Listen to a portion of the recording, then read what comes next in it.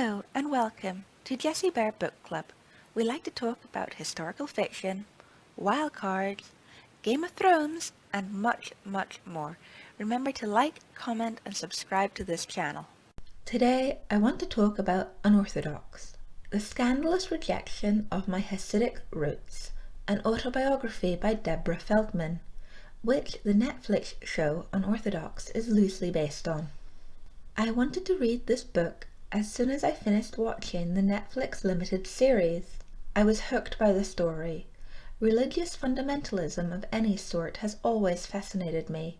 I ordered the book from Amazon and waited for it to arrive, and while I waited, I watched a lot of interviews available on YouTube about the book's author, and I just couldn't wait to read the book. The first thing that hit me when I started reading this book was how much it reminded me of Angela's Ashes by Frank McCourt. They both have the feel of somebody vividly reliving past hurts and traumas, and they both have the overarching theme of religion, crowding into every aspect of life.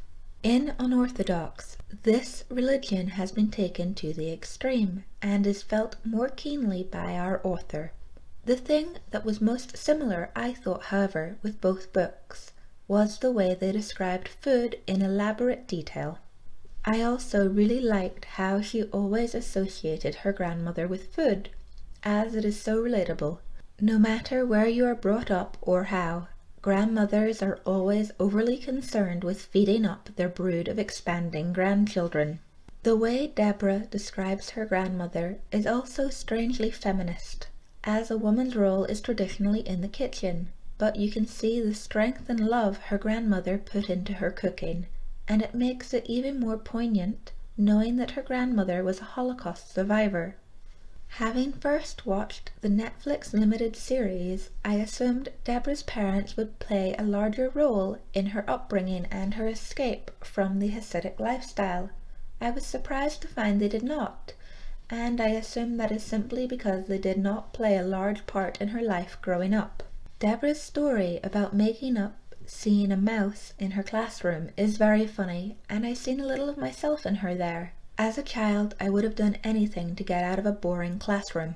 Her aunt and the headmistress of the school seems very cold and strict, but I got the feeling from reading the book that her aunt was only trying to do what she thought was best for Deborah's upbringing. Though Deborah did not see it this way, I think her aunt may have become cold over time, due to living in an oppressively religious environment as a form of self-protection. The third chapter about puberty is strange for a number of reasons, but the one story that stands out is when her older male cousin comes to live with them. I feel so sorry for her when she tells the story of how her 18-year-old cousin, she believed was her friend, tried to rape her when she was 13 years old, and she is so sheltered she didn't know exactly what he was trying to do, only that it was wrong. I found that section very disturbing reading. Summer camp and school sounds like girls just being girls, though I understand what it feels like as a teenager not to feel the same passion your friends do about certain subjects. Whether that is your friend's religious conviction you do not share, or a band everybody likes but you can't seem to get into.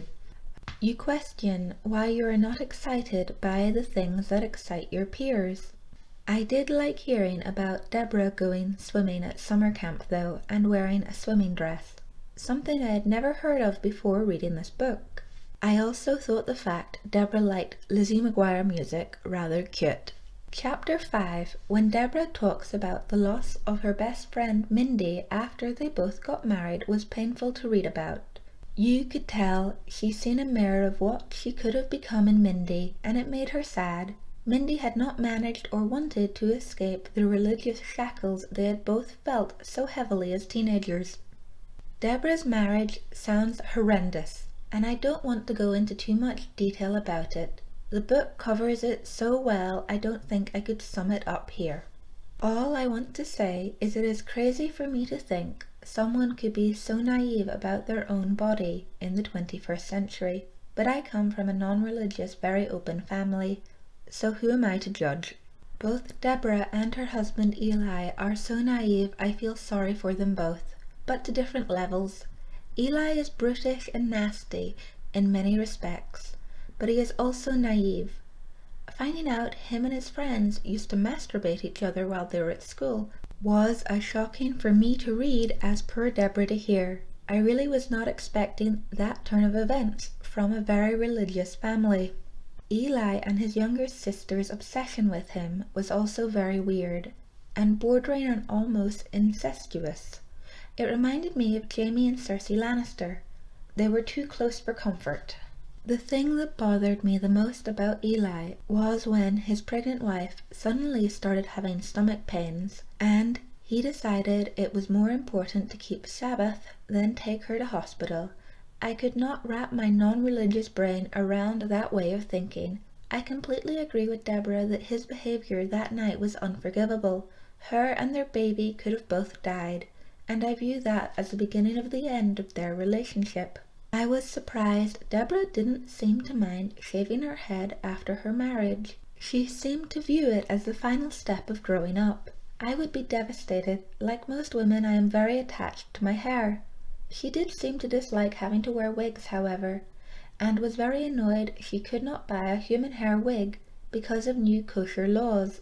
I did think it was funny that when Deborah went to get a cute short haircut with her 3 inches of hair regrowth, and the hairdresser assumed she was a cancer sufferer because of the wig, Deborah was too embarrassed to try and explain she was a Hasidic Jew. After her marriage, Deborah hardly ever talks about her grandparents, and I find it very sad, as she obviously loved them both very much, especially her grandmother, but I understand she was shielding herself from the inevitable pain of leaving.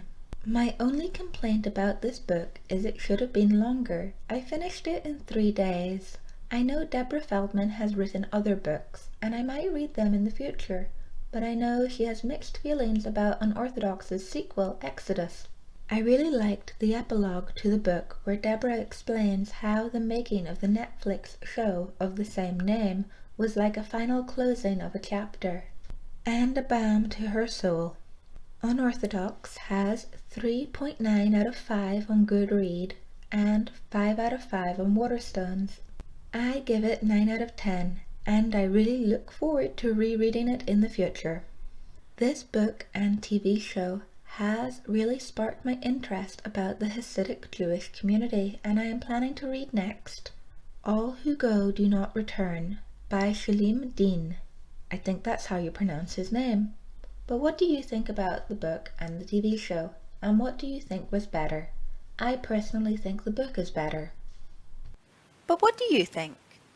Be sure to let me know in the comments below. And as always, this is just my opinion. Please remember to help out and like this video if you enjoyed it. You can also follow me on Instagram at Lady Jessica Riddell and on Twitter at Jessams. I post on Twitter regularly about my videos. If you want to see more book reviews, character comparisons, and fan theories, please subscribe to Jessie Bear Book Club. I try to post a new video at least once a week. See you next time on Jessie Bear Book Club. Bye!